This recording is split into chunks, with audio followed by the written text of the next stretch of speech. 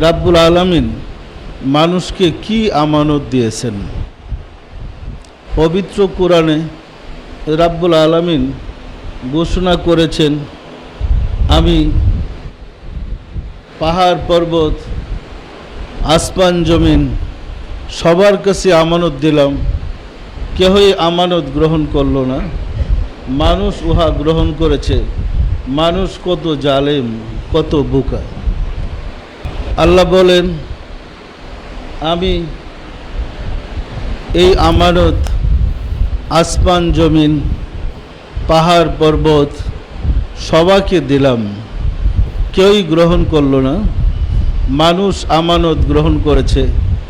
মানুষ কত জালেম আর কত বোকা।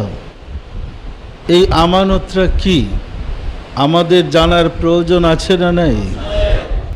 এই আমানত ওই জিনিসকে বলে যা আপনার হাতে গচ্ছিত রাখা হয়েছে, আবার সেটা মালিককে ফেরত দিতে হবে। আর যে আমানতের খেয়ানতকারী সেই অপরাধী এবং সেই আল্লাহর শত্রুতে পরিণত হয়। মানব জাতিকে সৃষ্টি করার পরে আশরাফুল মাখলুকাত করে সৃষ্টি করে রাব্বুল আলামিন মানবের কাছে আমানতটা কি দিলেন? এই আমানতের কথা পবিত্র কোরআনে আল্লাহ ঘোষণা করেছেন। আর এই আমানত আমাদের হায়াতে জিন্দেগির পরে আল্লাহর কাছে ফেরত দিতে হবে। যে আমানত আমরা রেখেছি আবার ফেরত আল্লাহর কাছে দিতে হবে। আমরা কি সে আমানতরা চিনতে পেরেছি? আসলে আমানতরা চিনতে পারি নাই। আমানতের ব্যাখ্যা করতে গিয়ে পবিত্র কোরআনের বিভিন্ন তাফসির কারকগণ আদিম এবং প্রবীণ এবং নবীন সমস্ত তাফসির কারকগণ বিভিন্নভাবে আমানতের ব্যাখ্যা করেছেন। আমানত বলতে আদিম প্রবীণ এবং নবীন তাফসির কারকগণের মধ্যে কেহ কেহ বলেছেন আমানত বলতে কোরআন শরীফকে বোঝায়। আবার কেহ কেহ বলেছেন আমানত বলতে ঈমানকে বোঝায়। আবার কারো কারো মত হলো আমানত বলতে ইসলামী শরীয়তকে বোঝায়। তো রাব্বুল আলামিন মানব মণ্ডলীকে আমানত তো তিনটা জিনিস দেয় নাই, একটা। কয়টা দিছে? পবিত্র কোরআন আর ইসলামী শরীয়ত। কোরআন এবং ইসলামী শরীয়ত এক জিনিস নয়, এক জিনিস। তাফসির কারকগণ আল্লাহর সাথে যোগাযোগ না থাকার কারণে ভুল তাফসির করেছে। এই ভুল তাফসির শিখে আমরা আরো বিভ্রান্তিতে পড়ব। আল্লাহ দিয়েছেন আমানত একটা, মুফাসসিরগণ তাফসির করেছেন তিনটা। কেউ বলেছে আমানত বলতে ঈমানকে বোঝায়, কেউ বলেছে আমানত বলতে শরীয়তকে বোঝায়, কেউ বলেছে আমানত বলতে কোরআনকে বোঝায়। আমি আগে তাফসিরটা যে ভুল আগে সেটা প্রমাণ করি, তারপরে আপনাদেরকে আমানত সম্বন্ধে বলি, ঠিক আছে?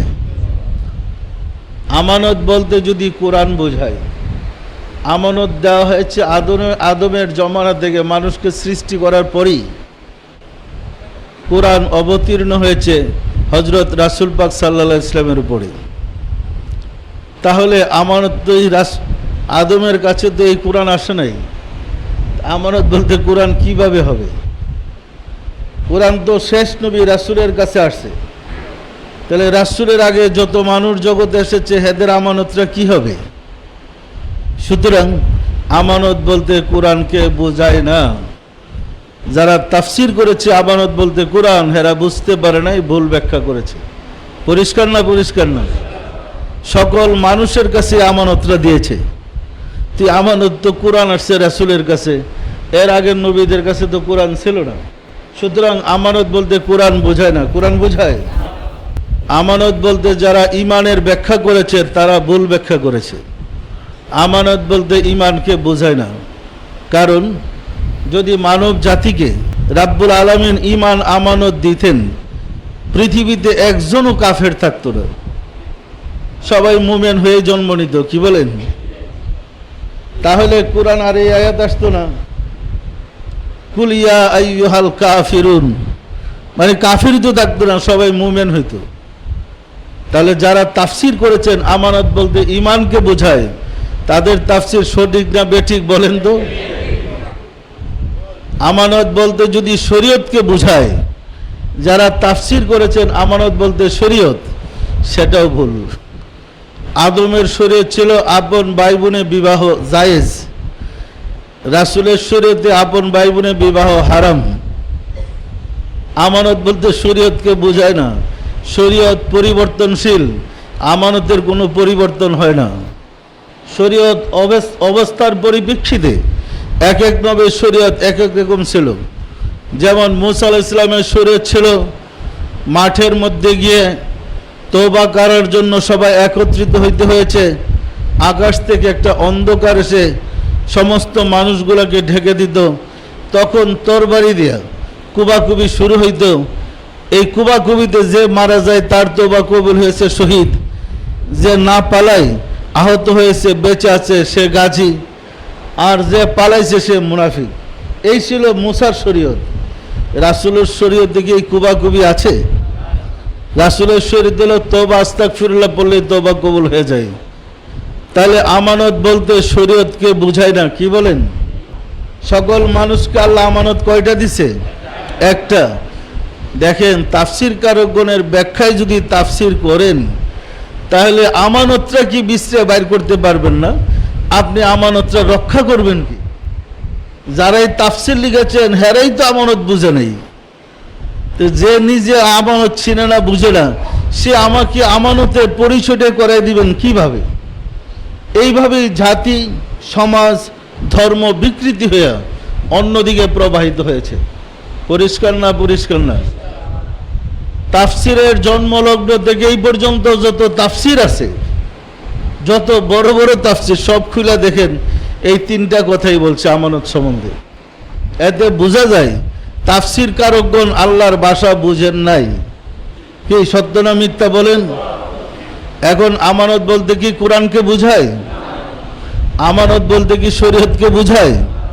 আমানত বলতে কি ঈমানকে বুঝায়? তাহলে আমানতটা কি?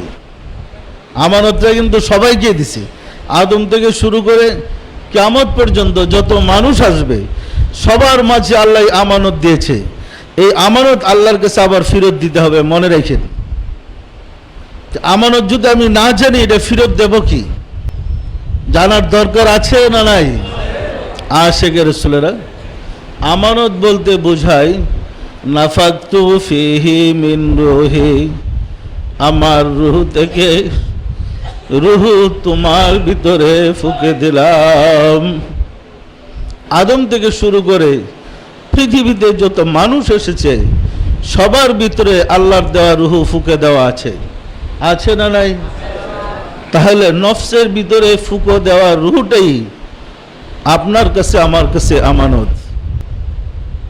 আল্লাহ যে নফস সৃষ্টি করে, নফসের ভিতরে তার দেওয়া রূহ ফুঁকে দিলেন, এই রূহটাই আমাদের কাছে আমানত। রূহ আছে বিদায় আমরা সম্মানী হয়েছি, রূহ আছে বিদায় আমাদের ইজ্জত আছে, রূহ আমাদের ভিতরে অবস্থান করছে বিদায় আমরা আল্লাহর প্রতিনিধিত্ব লাভ করেছি। এই রূহকে যদি যে অবস্থায় আমার ভিতরে আপনার ভিতরে রূহ প্রবেশ করেছে, ওই পুরাপুরি অবস্থায় আল্লাহর কাছে আবার ফেরত দিতে পারেন, আপনি আমানত থেকে মুক্তি পেলেন।